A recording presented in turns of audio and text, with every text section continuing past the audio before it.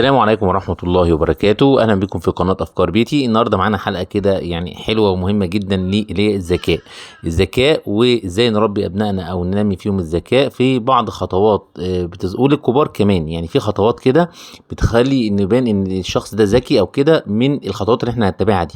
أول حاجة ان انت تتحدث قليل وتستمع اكتر. يعني احنا الحقيقه دلوقتي في العصر ده احنا بنتكلم اكتر ما بنسمع. تمام. فكر قبل ان تتكلم. احنا احيانا لساننا سابق التفكير بتاعنا، لا قد يؤدي التسرع في قول شيء من غير ما تفكر فيه الى ايه هتقول حاجه وهتندم عليها بعد كده. يبقى فكر قبل ما اتكلم.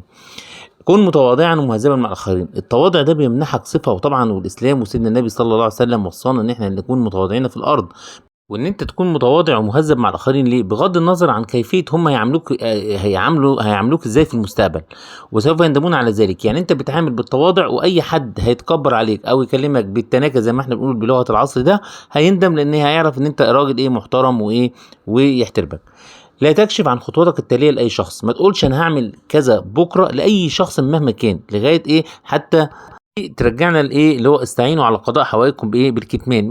ما اقولش حاجه قبل ما بتحصل، لكن ما فيش مشكله ان انا اشاور حد في مشوره، او اخد المشوره من اقرب الاقربين اليك، او ان انت عايز تقبل على شيء. فمش شرط ان احنا نذيعه لكل الناس ولكل اصدقائنا ولكل الاقارب او المقربين لينا.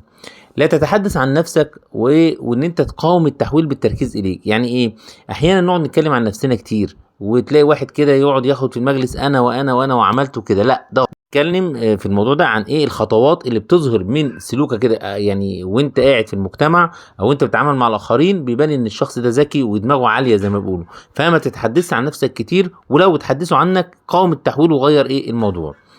قم دائما بالاتصال بالعين، ودي بتنفع الحقيقه في المقابلات والانترفيو مع الشغل، ونربي ابنائنا عليها. ان انت تقوم دائما بالاتصال بالعين، وكن واثقا اثناء التحدث مع الاخرين. احيانا ان انت لما يجي حد يكلمك المفروض من الادب ان انت عينيك تبقى بصاله، وما تبقاش باصص لتحت او باصص لفوق. يبقى انت العين اللي هي بيسموها حتى في اللي هو بتاع الاي كونتاكت، بيتدربوا عليها اما بيجوا مقبلين على الانترفيو او قلنا المقابلات الشخصيه سواء في اي حاجه. فحافظ على التواصل البصري حتى لمده 50% من الوقت اثناء التحدث، و70% اثناء الاستماع. يعني وانت بتتحدث او في تحدث وبتتكلموا، يبقى طب وانا بستمع 70% على الاقل. يبقى في مهارات الاتصال ان انا عينيا تكون في عين اللي بتكلم معاه او بستمع اليه. لا تجادل ابدا في الدين والسياسه. طبعا احنا ربنا يعين القضيه الفلسطينيه وكلنا معاه وكده، لكن في ناس بتتكلم ومش فاهمه في السياسه، او بتتكلم ومش فاهمه في الدين. فممكن تتفق معاهم وممكن ما تتفقش معاهم، وبيؤدي الى انا شفت كذا حاجه في الكلام في الدين والسياسه. الصوت بيعلى وكل واحد فاهم هو اللي فاهم وعايز يفرض على رايه ان انت تقتنع بالراي بتاعه هو.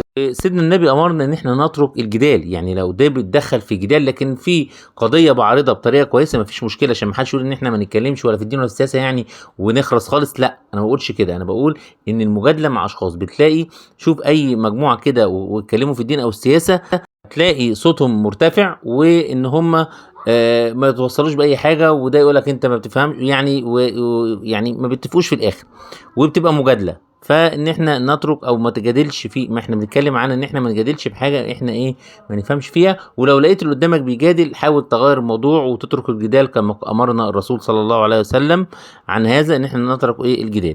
اتمنى الحلقه تكون عجبتكم، وما تنسوش الاشتراك في القناه والضغط على علامه الجرس عشان يصلك كل جديد. السلام عليكم ورحمه الله وبركاته.